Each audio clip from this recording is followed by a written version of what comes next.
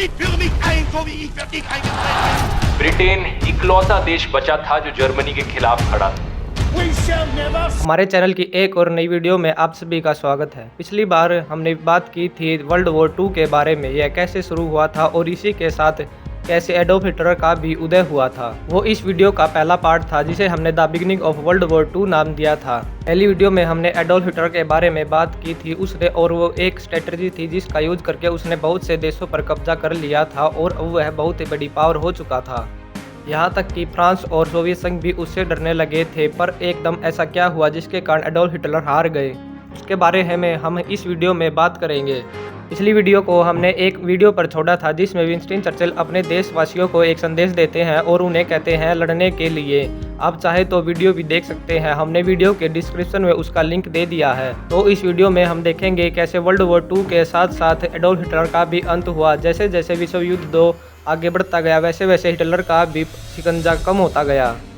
लेकिन वीडियो शुरू करने से पहले अगर आपको हमारे चैनल में नए हैं तो कृपया सब्सक्राइब करें और इस वीडियो को लाइक भी ज़रूर करें। 1940s में यूरोप का मैप था। जर्मनी के तानाशाह हिटलर ने आसपास के देश Australia, Poland, Norway, Belgium, Denmark, France और बाकी छोटे छोटे कंट्रीज पर अपना कब्जा कर लिया था। साउथ में इटली पर अलग से तानाशाह था मुसोलिनी। उसने हिटलर के साथ एक अपने नाते जोड़ लिए थे तो केवल 3 बड़ी कंट्रीज रह जाती हैं अब यूरोप में, जो थी जर्मनी, सोवियत संघ व ब्रिटेन। जर्मनी व सोवियत संघ के बीच एक शांति समझौता था तो जर्मनी को इससे कोई टेंशन नहीं थी। इसका मतलब केवल ब्रिटेन रह गया। अमेरिका बीच में इन्वॉल्व नहीं होना चाहता था। क्वेश्चन ये था कि आखिर वह कैसे स्थिति चेंज हुई, कैसे हिटलर की उम्मीदों पर पानी फिरा।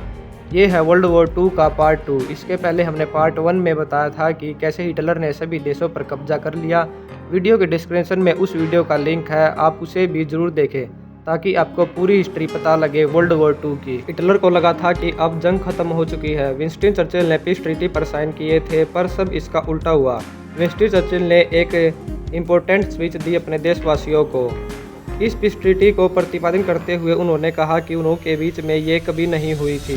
वॉर जर्मनी के अगेंस्ट चलता रहेगा। इसका मतलब जर्मनी ने यूके को इन्वेड नहीं किया था। हिटलर भी इन्वेड करने के लिए ऑपरेशन सी लाइन तैयार करता है। ब्रिटेन को हड़पने के लिए वे ब्रिटेन पर हमला करते हैं और अपनी स्ट्रेटजी तैयार करते हैं। यूके और मेन लैंड यूरोप के बीच में कोई लैंड कनेक्शन नहीं था तो जर्मनी की आर्मी कहाँ जाती। We shall fight on the landing grounds. We shall fight in the fields and in the streets. We shall fight in the hills. We shall never surrender. अगर ships तैयार की गई तो ब्रिटिश रॉयल नेवी के पास ज़्यादा ships थे, German हार सकते थे। तब हिटलर डिसाइड करता है एयर स्पेस को कंट्रोल करने के लिए। जर्मन एयरफोर्स लुफ्टवाफे के पास 2600 एयरक्राफ्ट थे और यूके के पास केवल 700 ही थे। 10 जुलाई 1940 को हिटलर ब्रिटेन पर स्काई से हमला करता है। जर्मन एयरफोर्स लुफ्टवाफे बॉम्बिंग द्वारा हमला करती है। उनका गोल केवल एयरफोर्सेज, एयरफील्ड्स व फैक्ट्रीज को बर्बाद करना था। ब्रिटिश एयरफोर्स छोटी थी, वह जर्मन का मुकाबला नहीं कर सकती थी। 15 सितंबर 1940 हिटलर एयरफोर्स को अटैक करने के लिए ऑर्डर देता है। बड़ी ही तेज़ी से 1000 से ज़्यादा फाइटर जेट्स ने उड़ान भरी। देखा जाए तो ये नंबर था 1120, जिनमें से 620 फाइटर जेट्स व 500 बॉम्बिंग जेट्स थे। ब्रिटिश की रॉयल एयरफोर्स तैयार थी, वे केवल 630 एयरक्राफ्ट थे। ब्रिटिश रॉयल एयरफोर्स 66 लुफ्टवाफे एयरक्राफ्ट को मार गिराती है। 29 क्राफ्ट गायब हो जाते हैं। इसमें से जर्मन एयरफोर्स अटैक करने को रोकने के लिए ब्रिटिश एयरफोर्स को कामयाबी हासिल होती है। ये दिन था बैटल ऑफ ब्रिटेन डे, इसी के नाम से ये दिन जाना जाता है। आप हैरान होंगे कि कैसे ब्रिटिश एयरफोर्स ने जर्मनी के ओवर पावर्ड एयरफोर्स को हरा दिया। इसका कारण बड़ा सिंपल सा है, जब एक देश दूसरे देश को इन्वेड करना चाहता है तो डिफेंड करने वाले देश को अपना जी जान लगाना पड़ता है और सैनिकों को भी एक अलग से मोटिवेशन मिलता है। ये बैटल हिटलर का पहला बड़ा नुकसान थी। वो जानता था कि अब बहुत कम चांस रह गए हैं हिटलर के जीतने के, तो ये ऑपरेशन सी लाइन पोस्टपोन्ड हो जाता है और यूके से हटकर सोवियत संघ की तरफ जाता है। अप्रैल 1941 का ये मैप है जिसमें हंगरी, रोमानिया और बल्गेरिया ने जर्मनी के साथ मिलकर अलायंस बना ली थी और एक्सिस पावर का पार्ट बन गई थी। ईस्ट के तरफ के दोनों देशों को पहले हिटलर ने ऑक्युपाई कर लिया था और इटालियन डिक्टेटर मुसोलिनी भी बिजी था लीबिया और ग्रीक को ऑक्युपाई करने के लिए। पहले ही सी में ब्रिटेन प्रेजेंट था। इटली की आर्मी अकेले ही उसका सामना नहीं कर सकती थी, तो ब्रिटेन को हराने के लिए हिटलर ने अपने कुछ ट्रैप्स को लीबिया भेजे ताकि वे भी वहां जाकर लड़ाई कर सके। इसके साथ वेनेजुएला और ग्रीस भी उसके पास ऑक्युपाई हो जाएंगे। अगर देखा जाए तो हिटलर ब्रिटेन को कभी इन्वेड करने के इंटरेस्टेड था ही नहीं। हिटलर उनके साथ पीस ट्रीटी करना चाहता था ताकि वो सोवियत पर पूरा फोकस कर सके और सोवियत के हारने पर ब्रिटेन भी अपने आप पीस ट्रीटी साइन करेगा। लेकिन पीस ट्रीटी होने के बाद भी वह सोवियत को क्यों इन्वेड करना चाहता था, इसके पीछे हिटलर की अपनी आइडियोलॉजी है। उसे कम्युनिस्ट लोग भी पसंद नहीं थे, तो अगर वह बड़े देशों पर कब्जा कर लेगा तो वह सुप्रीम पावर बन जाएगा। हिटलर को मैग्नोलिया हो गया था, उसे लगता था कि वही ही वर्ल्ड का सुप्रीम रूलर है। पावर होने के बाद वह पागल सा हो गया था और वो कुछ भी अचीव कर सकता है।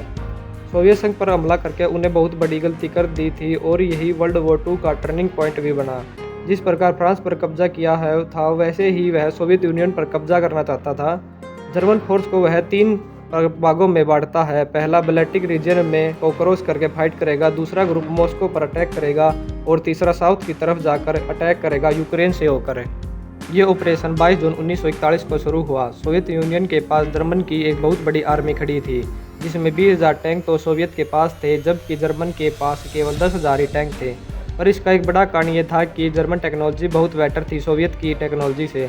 इसी कारण हिटलर का दबदबा था इस वॉर में भी। ये ऑपरेशन 22 जून 1941 को शुरू हुआ। सोवियत यूनियन के पास जर्मन की एक बहुत बड़ी आर्मी थी, जिसमें 20,000 टैंक थे सोवियत के पास, जबकि जर्मनी के पास केवल 10,000 टैंक ही थे। पर इसका एक बड़ा कारण यह था कि जर्मन टेक्नोलॉजी बहुत बेटर थी सोवियत की टेक्नोलॉजी से। इसी कारण हिटलर का दबदबा इस वॉर में भी रहा। खुद को प्रोटेक्ट करने के लिए सोवियत यूनियन ब्रिटेन से हाथ मिला लेती है और अलाइड फोर्स का एक पार्ट बन जाती है। वे एक प्लान बनाकर सारे हथियारों को सोवियत के पास भेजना चाहते थे और उन्होंने इसके लिए ईरान का रास्ता चुना।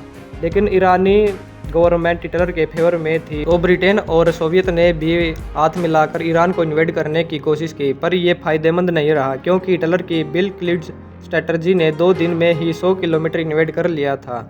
कुछ ही वीक में आगे बढ़ने पर मॉस्को से वे केवल 300 किलोमीटर की दूरी पर रहते हैं। इस समय हिटलर व मिलिट्री के कमांडर के बीच में कहासुनी हो जाती है, जिसके कारण अक्टूबर तक ये डिले हो जाती है और इसका फायदा सोवियत यूनियन उठाता है। दूसरी तरफ जापान था, जो सोवियत के लिए एक प्रॉफिट था। इसका मतलब सोवियत व जापान ईस्टर्न बॉर्डर पर एक नॉन एग्रेशन ट्रीटी साइन करते हैं और इससे ईस्ट के सैनिक वेस्ट में जाकर जर्मनी के साथ लड़ सकते थे। रियल ट्विस्ट तो दिसंबर 1941 को आता है। जापान यूएसए के पर्ल हार्बर बीच पर एक अटैक कर देता है। 2300 अमेरिकी सैनिक इसमें मारे जाते हैं।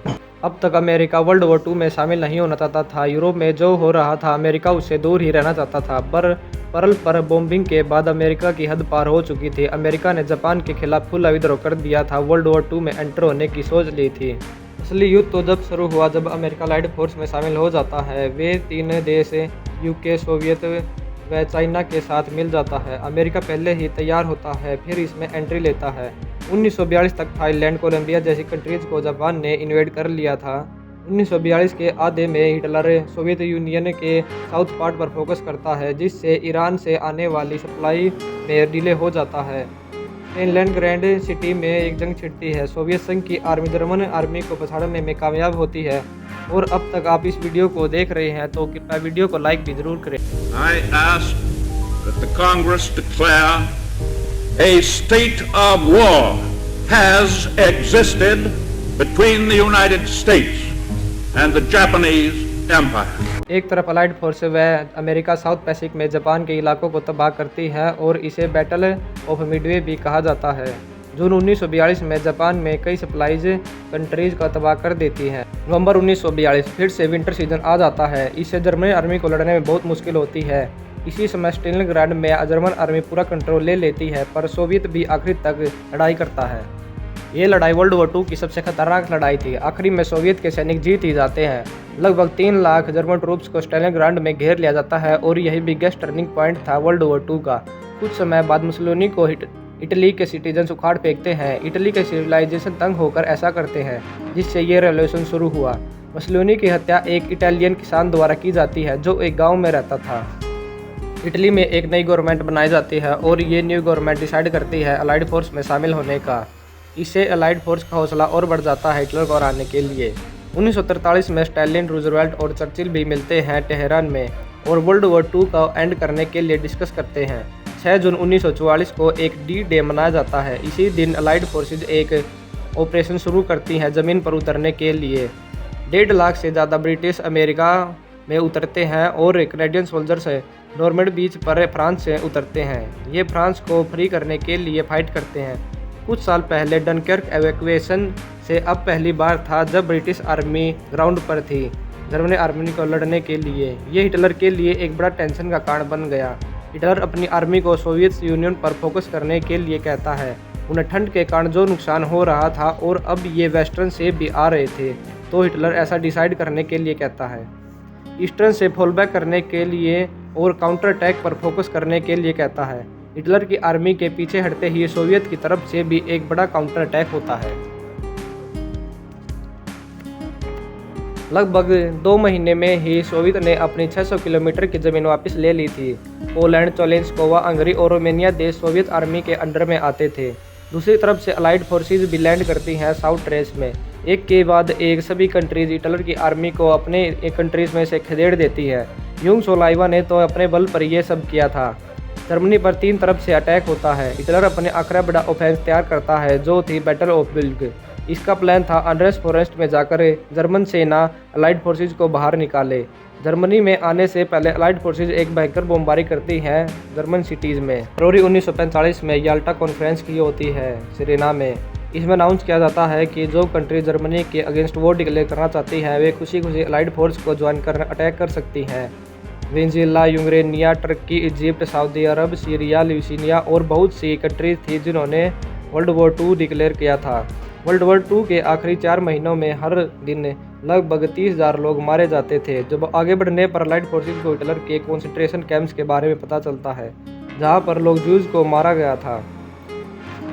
अभी ये पक्का था कि हिटलर बाहर जाएगा। मई 1945 को सोवियत आर्मी बर्लिन को घेर लेती है।